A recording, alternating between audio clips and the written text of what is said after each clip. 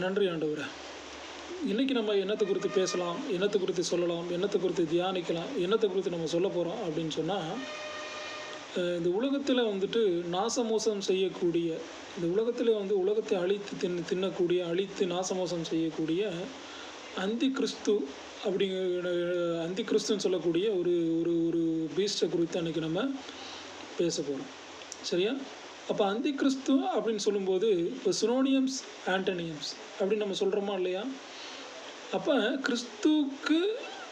கிறிஸ்து நன்மை செய்கிறார், கிறிஸ்து நமக்கு நன்மை அரவணைக்கிறார், நம்மோடு கூட இருக்கிறார்னு சொன்னால் அதற்கு எதிர்ப்பதமாக இருக்கக்கூடியதான் அந்தி கிறிஸ்துவானவன். சரியா? அப்போ அந்தி கிறிஸ்து எனப்படக்கூடியவன் தேவதூதனுக்கு கடவுளுக்காக பணிபுரிந்து கொண்டு இருந்த ஒரு ஒரு ஒரு மனுஷன்தான் அந்தி கிறிஸ்து. சரியா?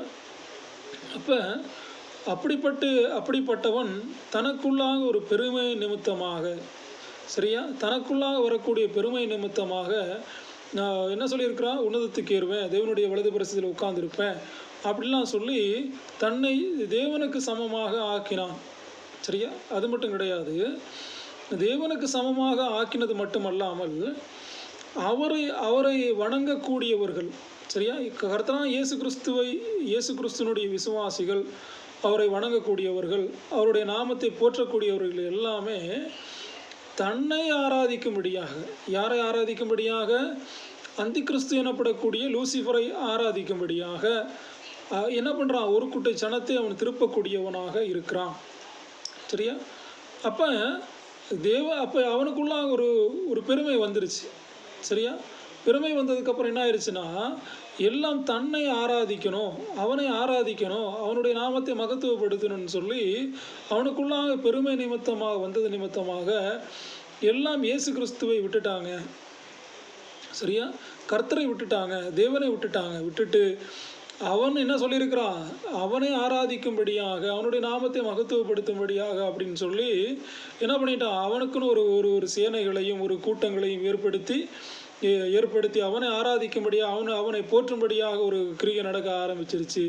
ஜனங்களை அழிய ஆரம்பித்தாங்க, நாசமோசத்துக்குள்ளாக போனாங்க.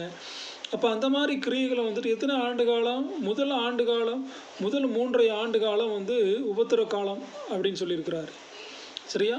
முதல் 3.5 ஆண்டு காலம் உபத்திரவ காலம், அடுத்த 3.5 ஆண்டு காலம் மகா உபத்திர காலம். அப்போ 3.5 ஆண்டு காலம், 3 மொத்தம் 7.5 ஆண்டு காலம், 7 வருஷங்கள் என்ன இருக்கும், மிகப்பெரிய ஒரு கொடுமையான காலங்களாக அந்த அந்தி கிறிஸ்துவின் நாட்கள் இருந்தது. சரியா? அப்போ அதுதான் என்ன இருக்குது, அந்த கிறிஸ்துவுக்கு விரோதமாக என்ன பண்ணுவான், சண்டைகள், சச்சரவுகள், பிரச்சனைகள், ஜாதிகளுக்கு எதிரடியாக ஜாதிகள், மதத்துக்கு விரோதமாக மதம், ராஜ்யத்துக்கு விரோதமாக ராஜ்யம். அப்போ நிறைய சண்டைகள் எல்லாம் ஏற்பட்டது, நிறைய பிரச்சனைகள்லாம் ஏற்பட்டது, நிறைய காரியங்கள்லாம் ஏற்பட்டது. அப்போ ஒரு 7 ஆண்டு காலம் அந்தி கிறிஸ்துவனுடைய ஆட்சி காலங்களை நாம் கடந்து வந்திருக்கிறோம். அப்போ அந்தி கிறிஸ்துவ ஆட்சி காலங்கள் முடிவுக்கு வரக்கூடிய நிலைமையில் காணப்படுகிறது. சரியா? அப்போ அந்தி கிறிஸ்துவனுடைய ஆட்சி காலம் என்ன இருக்குது, ஒரு முடிவுக்கு வரக்கூடிய நிலைமைக்கு வந்துருச்சு. சரியா? எல்லா இடங்களிலும் கிறிஸ்துவானவர் வெளிப்படுகிறார், எல்லா இடங்களிலும் இயேசுவானவர் வெளிப்படுகிறார், எல்லா நிலைமைகளும் மாற்றப்படுகிறது, எல்லா இடத்திலும் கர்த்தராகிய இயேசு கிறிஸ்து வெளிப்பட்டு எல்லாருக்கும் முகமுகமாக வெளிப்பட்டு இயேசுவே நேரடியாக இறங்கி வரக்கூடியவராக, நம்மை பார்க்கக்கூடியவராக, நம்மை நேசிக்கக்கூடியவராக, நம்மோடு கூட இணைந்து வாழக்கூடியவராக, அவருடைய சுபாவம் நமக்குள்ளாக வரக்கூடியவராக. சரியா? இப்போ அந்தி கிறிஸ்துவனுடைய ஆவி நமக்குள்ளாக, இயேசு கிறிஸ்துவனுடைய ஆவி நமக்குள்ளாக வருகின்ற பொழுது நாம் பிறருக்கு நன்மை செய்வோம். சரியா? அந்தி கிறிஸ்துவனுடைய ஆவி நமக்குள்ளாக இருக்கிற நிறைய பிறருக்கு நம்ம தீமை செஞ்சுருப்போம். சரியா? இயேசு கிறிஸ்துவனுடைய ஆவியானவர் நமக்குள்ளாக இருக்கின்ற பொழுது நாம் பிறருக்கு நன்மை செய்வோம். அந்தி கிறிஸ்துவனுடைய ஆவி நமக்குள்ளாக கிரியை செய்கிற நேரம் நமக்கு பிறருக்கு என்ன பண்ணியிருப்போம், நம்ம ஒரு தீமை செஞ்சுருப்போம், பிறருக்கு ஒரு அக்கிரமம் செஞ்சுருப்போம், பிறரை நாசமோசம் செஞ்சுருப்போம், பிறரை கெடுத்திருப்போம், பிறர் என்ன பண்ணியிருப்போம், கொடுமை செஞ்சுருப்போம், பிறருடைய சொத்துக்களை அபகரித்திருப்போம், பிறருடைய பொருட்களை அபகரித்திருப்போம், தீமையான காரியங்கள் நாம் செய்யக்கூடியவர்களாக இருந்திருப்போம். எப்போ முதல் 3.5 ஆண்டு காலம், அடுத்த 3.5 ஆண்டு காலம், மொத்தம் 7 ஆண்டு காலம் நாம் தீமை செய்யக்கூடியவர்களாக இந்த மனிதருக்குள்ளாக அந்த தீய ஆவிகள் உலாவி கொண்டு இருந்திருக்கும். சரியா? மனுஷர்களுக்குள்ளாக அந்த தீய ஆவிகள் 7 ஆண்டு காலம் உலாவி கொண்டு இருந்திருக்கும். அந்த உலாவி கொண்டிருந்த அந்த தீய ஆவிகள் நாம் தீமை செய்யும்படியாக, அக்கிரமம் செய்யும்படியாக அந்த ஆவி நம்ம ஏவி விட்டுருக்கும். சரியா? ஒரு மந்திரம் செஞ்சால் எப்படி ஏவி ஒரு மனிதனுக்குள்ளாக ஒரு மந்திரம் செய்கின்ற பொழுது அந்த ஆவி எப்படி போய் தீமை செய்கிறதோ, அவனுக்குள்ளாக இருக்கக்கூடிய அசுத்த ஆவி எப்படி போய் தீமை செய்கிறதோ, அதே போல் இந்த அந்தி கிறிஸ்துவனுடைய ஆவி ஒரு மனிதனுக்குள்ளாக இருக்கின்ற பொழுது, ஒரு வயசு போனவங்களாக இருக்கட்டும், முதிர் வயது உள்ளவங்களாக இருக்கட்டும், யாராக இருக்கட்டும், வாலிபனாக இருக்கட்டும், யாராக இருக்கட்டும், இருந்தாலும் அந்த ஆவி கிரிகை செய்கின்ற பொழுது அது தீமைக்குள்ளாக நடத்தக்கூடியதாக இருக்கும். அப்போ இயேசு கிறிஸ்துவனுடைய ஆவி நமக்குள்ளாக வெளிப்படுகின்ற பொழுது, கிறிஸ்துவானவர் அந்த 7.5 ஆண்டு காலம் உபத்திர காலங்கள்லாம் முடிந்ததுக்கப்புறம் கிறிஸ்துவானவர் நமக்குள்ளாக வெளிப்படுகின்ற பொழுது, சரியா, நமக்குள்ளாக நல்ல பழக்கங்களும், நல்ல ஆவிகளும், நல்ல குண சுபாவங்களும், நல்ல எண்ணங்களும், தீய எண்ணங்கள் எல்லாம் மாறி நமக்குள்ளாக நல்ல எண்ணங்கள் பிறக்கக்கூடியதாய் காணப்படும். சரியா? அப்போ நமக்குள்ளாக நல்ல எண்ணங்கள் பிறக்கிறது, எந்த ஒரு தீய ஆவிகளும் கிடையாது, எந்த ஒரு அக்கிரமம் கிடையாது, நன்மையான காரியம் நமக்குள்ளாக வருகின்ற பொழுது அப்போ கிறிஸ்துவானவர் வெளிப்படுகிறார், இயேசு கிறிஸ்து வெளிப்படுகிறார்.